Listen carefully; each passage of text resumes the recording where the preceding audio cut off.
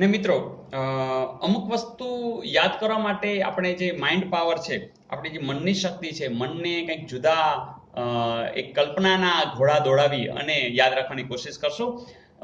એક કલ્પના કરો કે ભાઈ એક નગર છે, એમાં પટ છે, એની અંદર ગઈકાલે એક સાપ નીકળ્યો તો, નાગ નીકળ્યો તો, અને ત્યાં વીરુ ઊભો હતો, એને જોઈ ગયો કે આ કાન આગળ આવીને અટકી ગયો છે. તો નાગ છે એ તો શંકર ભગવાનને તરત યાદ કર્યા, એના એને જે 7-8 શ્લોક આવડતા હતા એ મનમાં બોલ્યો. આવી એક કલ્પના. ફરીથી આપણે શું કલ્પના કરી છે કે ક્યાં, તો કે ભાઈ નગરના પટની અંદર. ક્યારે, તો કે કાલે. શું થયું હતું, તો કે બદામી રંગનો 16 ફૂટ લાંબો એક નાગ હતો. એ ક્યાં આવ્યો, તો કે કર્ણ પાસે આવીને ઇટકો. પછી તો એનું હૃદય જે હતું એ દ્રવી ઉઠ્યું. તો એને શું કર્યું, તો શિવ પક્ષના જે 7-8 એને જે શ્લોક મોટા મોટા આવડતા હતા એ મનમાં ચાલુ કર્યા. મિત્રો આવી મેં વાત એટલે કરી કે આવું તમને આમ તરત કલ્પનામાં આવશે, અને આપણને જે કામ છે એ આપણે જરા જોઈ લે. તો હું જે વાત કરું છું એ નગરની વાત કરું છું, અને એ નગરનું નામ છે પટદકલ. મિત્રો અહીંયા પટદકલ. તો આ પટદકલ છે એ ક્યાં આવેલું છે, તો તમને જાણીને આનંદ થશે કે એ બદામીથી 16 કિલોમીટર દૂર એ આવેલું છે.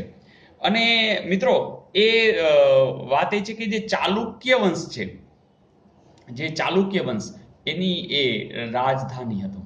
તો ચાલુક્ય વંશની રાજધાની, અને એનું નામ શું હતું, પટદકલ.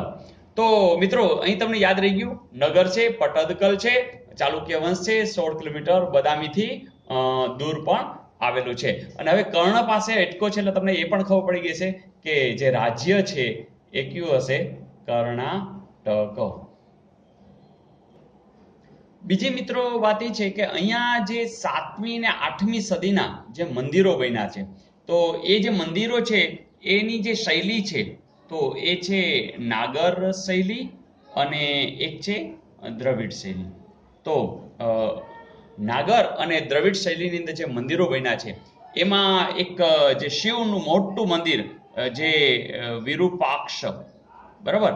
તો વિરૂપાક્ષનું જે શિવ મંદિર છે એ જબરજસ્ત છે અને જોવા જેવું છે. ફરીથી મિત્રો જે કંઈ આપણે વાત કરીએ છીએ એ છે પટ્ટદકલ જે શહેર છે એની વાત કરીએ છીએ, એ નગરની વાત કરીએ છીએ, જે 16 કિલોમીટર દૂર બદામીથી શહેરથી દૂર થાય છે, કર્ણાટકની અંદર આવેલું છે. મિત્રો તમને ખબર છે કે ચાલુક્ય વંશની એ રાજધાની હતું, અને સાથે સાથે તમને એ પણ ખબર છે કે ત્યાં જે મંદિરો છે એ લગભગ 7મી કે 8મી સદીની અંદર બનેલા, અને જે શૈલી છે એ નાગર અને દ્રવિડ શૈલી છે. અને વિરૂપાક્ષ જે શિવ મંદિર છે એ ભવ્ય છે, મોટું મંદિર છે.